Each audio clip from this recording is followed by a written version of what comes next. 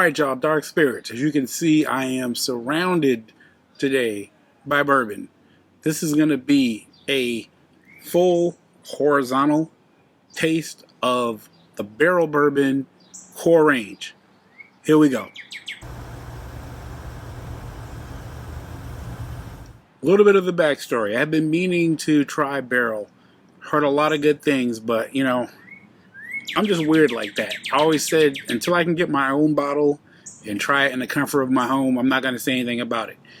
I was able to get this gift pack from their website, which I think was a good deal. It was like maybe around $110, but it gave me a chance to get 4.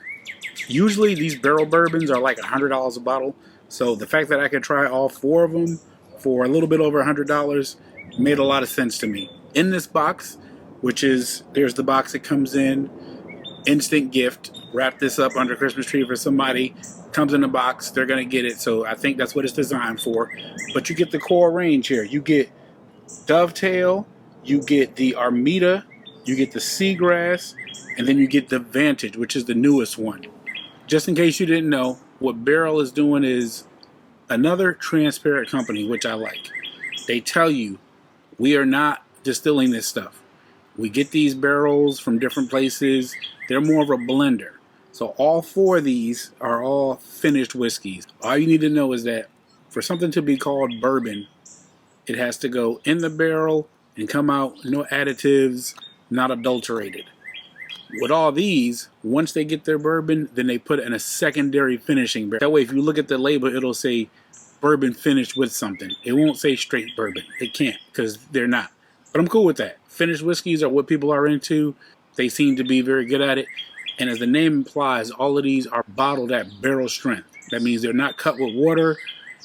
Whatever they mix together at cask strength to come up with their flavor profile is what you get. And you know, I'm a high proof guy.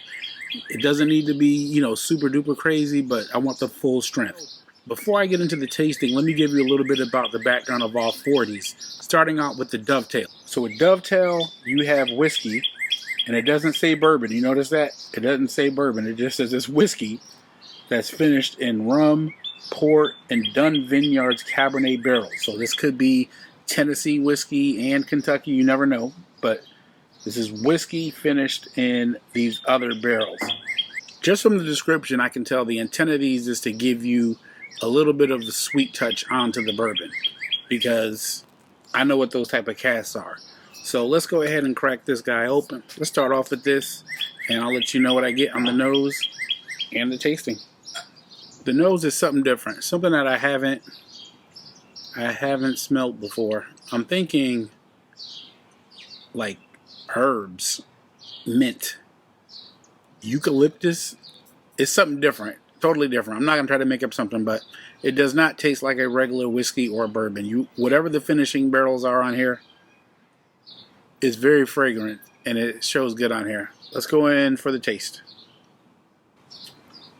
I'm getting something that tastes kind of like honey as like the main note here. Finish is super quick. I'm not getting any burn on here, and this is barrel proof. Very good. Very, very, very good. Let's move on to the next one, which is going to be the Armida. This is 112 proof. So immediately, just from looking at the finishing barrels, I can tell that the intent of this one is to be a lot sweeter than the other. It says here that the finishing barrels are pure brandy, rum, and Sicilian Amaro cask. Pure brandy, fruit-based brandy. It's going to have a certain sweetness to it. Amaro, not sure if you've had that, but it's basically a liqueur. It's like a bittersweet liqueur. And the other one, I mean rum, it's going to have a certain like sweetness on the finish. So coming in, I'm fully expecting this to be sweeter than the Dovetail, but that Dovetail was good. Shit. Nice mouthfeel. Like a honey taste on there, which is weird because this one has the rum finishing barrel. Nose is kind of muted on this one compared to the Dovetail. Dovetail had a more vibrant, like welcoming, like, ooh, this is going to be good type of nose. This one is more just like a whiskey, straight whiskey. Not getting any of the sweetness that I was expecting from the finishing barrels, but hey, might be on the tongue. Let's go ahead and try it out. So off the neck pour, you don't hardly get that much off of the nose, but what you're getting on the palate is the sweetness, but you get the dryness also. Think of what you would have if you've had like a really good brandy or like Armagnac. Think of it kind of along those lines of what you're getting here. You get a light sweetness, but it's not overwhelming. It's more heading toward the dry side. And this is another one where not getting a burn, if anything, on here. This one is solid, but so far I think the Dovetail, I like that better at first. You never know with these neck pours. Let's move on to the next one. All right, next on deck we got the Seagrass. Now immediately from looking at the ingredient list, this is interesting because you got 120 proof here, right? This is a rye. So rye is usually more spicy than sweet because they use it as like a flavoring agent. So here you have a rye that's finished in rum, Madeira, and apricot brandy barrels.